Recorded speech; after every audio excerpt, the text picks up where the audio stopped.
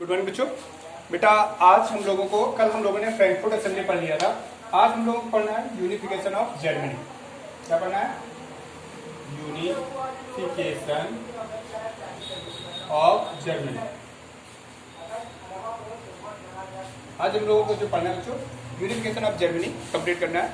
Carefully पढ़िए, थोड़ा सा समझने की कोशिश करना। तो ये फ्रैंकफर्ट असेंबली से जुड़ा हुआ टॉपिक है, ठीक है। हम लोगों ने कल फ्रैंकफर्ट असेंबली के बारे में पढ़ा था। क्या पढ़ा था? Frankfurt assembly. थोड़ा सा रिवाइज कर लेते हैं। असेंबली, फ्रैंकफर्ट असेंबली बारे में मैंने आप लोगों को बताया था कि कब स्टार्ट हुई थी। 1848 को स्टार्ट हुई थी। कब? 18 मई 1848 को स्टार्ट हुई थी। कहाँ पर? एसटी पॉल चर्च पे। एसटी पॉल चर्च पे स्टार्ट हुई थी। कब स्टार्ट हुई थी? 1848। कब तक रन की थी? 31 मई 1849 तक रन की थी।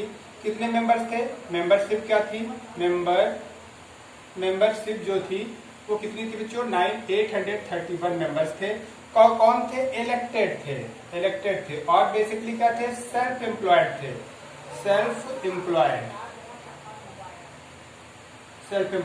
ये फ्रैंकफर्ट असेंबली की प्रॉपर्टी थी। मैंने बताया था कि इसने क्या एक प्रपोजल भेजा किसके पास? फ्रेडरिक विलियम फोर्थ के पास। इसके पास फ्रेडरिक विलियम फोर्थ के पास मैसेज भेजा कि अगर आपकी लीडरशिप में हम पूरे जर्मनी को यूनिफाइड करना चाहते हैं, इफ यू आर एग्री। तो ये मैंने आपको पिछले वीडियो में कंप्लीट किया था, आपको याद भी होगा।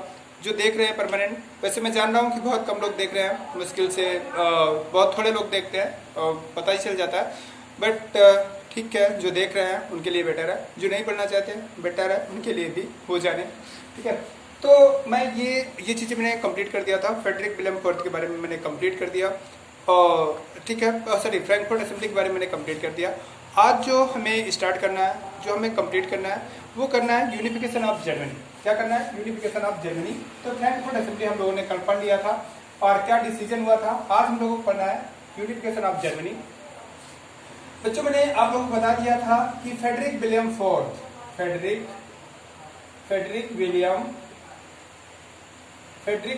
फोर्थ किंग थे एट दैट टाइम, जब ये प्रपोजल मिलता है किसके थ्रू?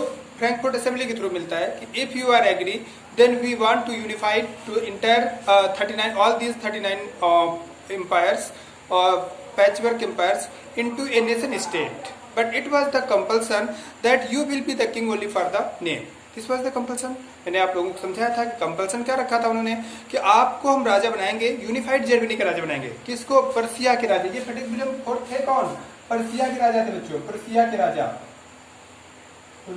राजा थे। कहा थे? पर्सिया के राजा थे। पर्सिया पढ़ो या पर्सिया के पढ़ो, तो वहां के राजा थे फ्रेडरिक विलियम फोर्थ।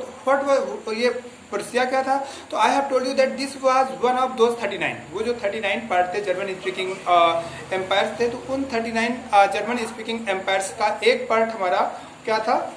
एक पार्ट हमारा पर्सिया, एक पैचवर्क एम्पायर हमारा पर्सिया था। पर्सिया के राजा कौन थे? Frederick William fourth. और फ्रेडरिक विलियम फोर्थ के चीफ मिनिस्टर का क्या नाम था? ऑटोमान बिस्मार्क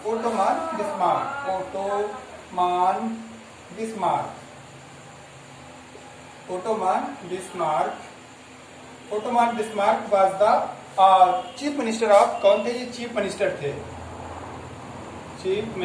थे। किसके चीफ मिनिस्टर थे? फ्रेडरिक विलियम फोर्थ के। किसके चीफ मिनिस्टर थे बच्चों? फ्रेडरिक विलियम फोर्थ के। Frederick William fourth king of Persia. अब पर्सिया क्या था? वो जो 39 पार्ट थे, जिन पार्ट में से जर्मनी बटा हुआ था, उनमें से 39 पार्ट में से एक हमारा ऑटोमन एम्पायर, सॉरी पर्सिया भी था। One of those was Persia, वो पर्सिया भी था। तो अब हम लोगों को पढ़ना है कि ये यूनिफाइड जर्मनी कैसे हुआ। आपको बेसिकली समझना बच्चों कि हम फॉर्मेशन ऑफ नेशन स्टेट पढ़ रहे हैं। अब देश आ रहे थे, देश की इंपॉर्टेंस उग रही थी। वो जो था, पहले मैं एग्जाम्पल आपको बता दूं कि इंडिया था क्या? अगर ब्रिटिशर्स के पहले देखा जाए तो क्या इंडिया था? मराठा अपने राजा थे, मराठे जानते हैं। टीपू सुल्तान अपने आप में राजा थे। निजाम हैदराबाद के अपने थे। मैसूर के राजा टीपू सुल्तान या हैदर अली अपने से थे। अंग्रेज बंगाल में अपना राज जमाए हुए थे। गोवा पुर्तगालियों के कब्जे में था, फ्रांस के कंपनी में, पुडुचेरी फ्रांसीसियों के कब्जे में था। क्या इंडिया था? हम इंडिया उसे कह सकते हैं क्या? बट हमें कहते हैं कि पुराणों में लिखा मिलता है किसी इंडस नदी के आगे का पार्ट आर्यावर्त हिंदुस्तान, इंडस से हिंदस बना, हिंदुस्तान इंडस रिवर से बना।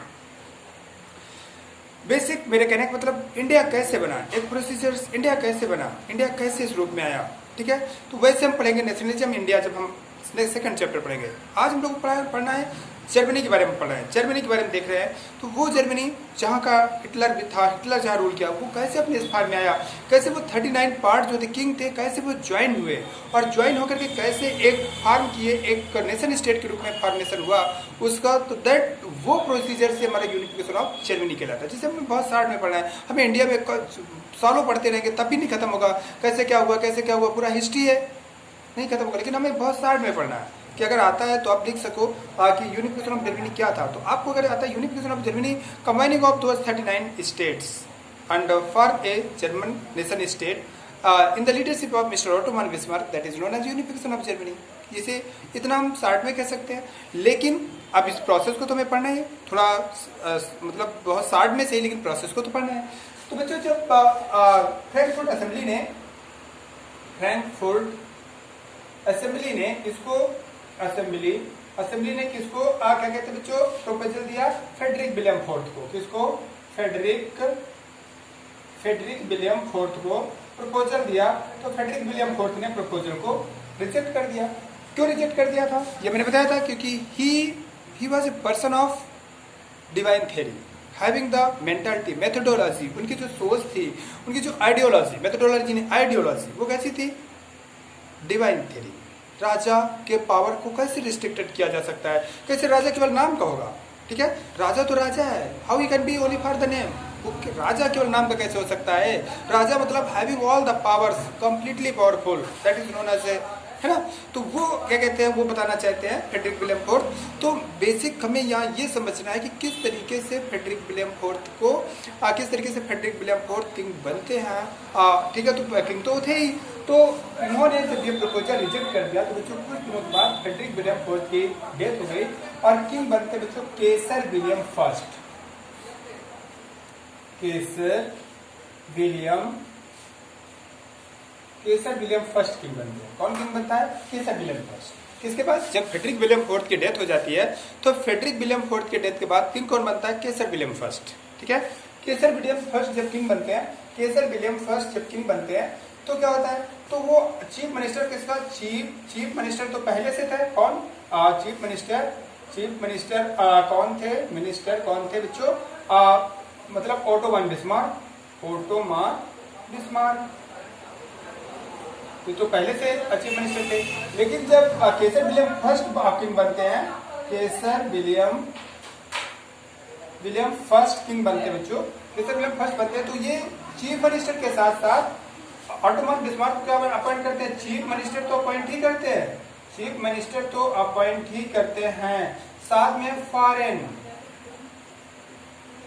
फॉरेन मिनिस्टर भी अपॉइंट करते हैं, फॉरेन मिनिस्टर भी अपॉइंट करते हैं। तो एक तरीके से बहुत पावरफुल पोजीशन में आ जाते हैं। पावरफुल पोजीशन में कौन आ जाता है बेटा? ओटोमान बिस्मार्क आ जाते हैं। ओटोमान बिस्मार्क एक बहुत पावरफुल पोजीशन में आ जाते हैं at the time of the Kaiser William first. Kaiser William first कौन? Son of Frederick William fourth. Frederick William fourth king of Persia.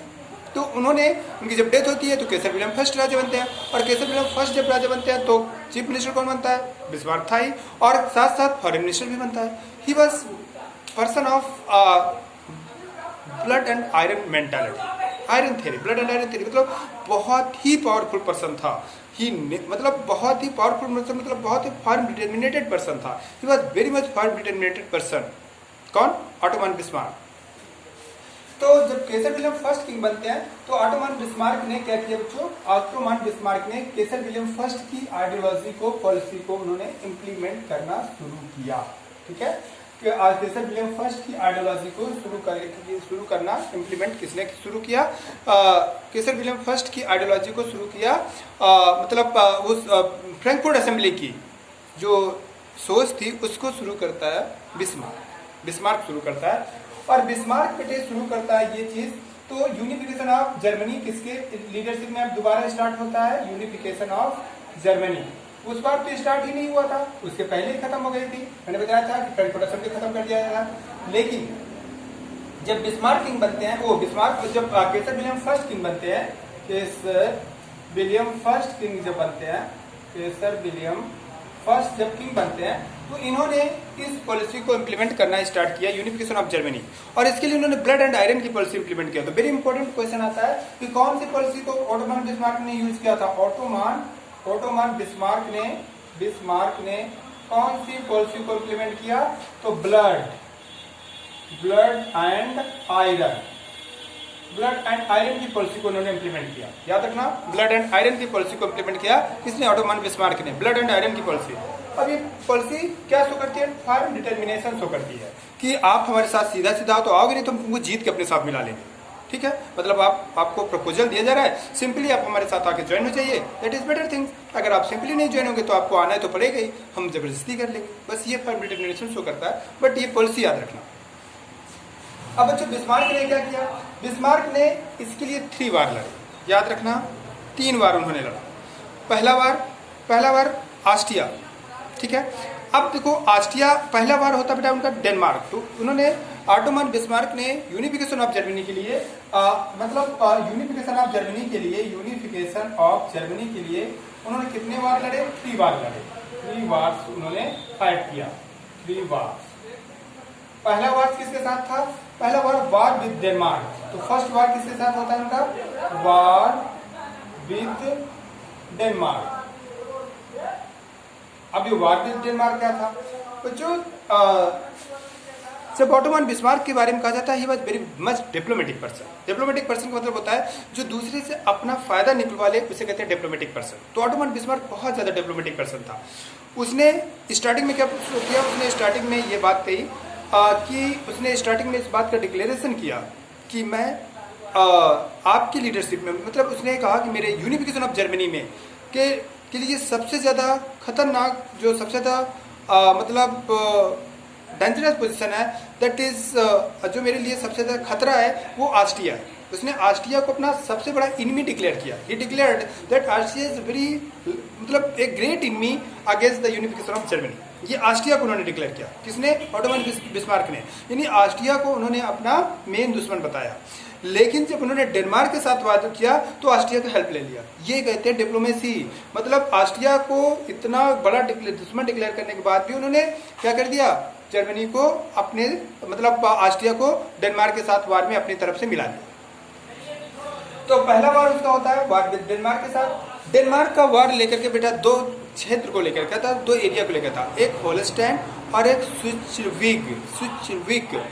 बेटे बहुत अच्छे से मैं बात कर रहा हूँ, आप लोग बुक में देखिएगा, स्पेलिंग से लिखा है होलस्टाइन एंड, हो सकता है मेरा प्रोनाउंसिएशन आपको समझ ना आ रहा हो, लेकिन फिर भी आप लोग स्पेलिंग रट लीजिएगा, क्योंकि ये 2 वर्ड ही टीचर ढूंढेगा। जब आपको वार विद डेनमार्क आप लिखेंगे यूनिफिकेशन के प्रोसेस में और वार विद डेनमार्क लिखेंगे तो वही 2 एरिया 2 वर्ड देखेगा, एक होलस्टाइन और एक स्विट्जरविक।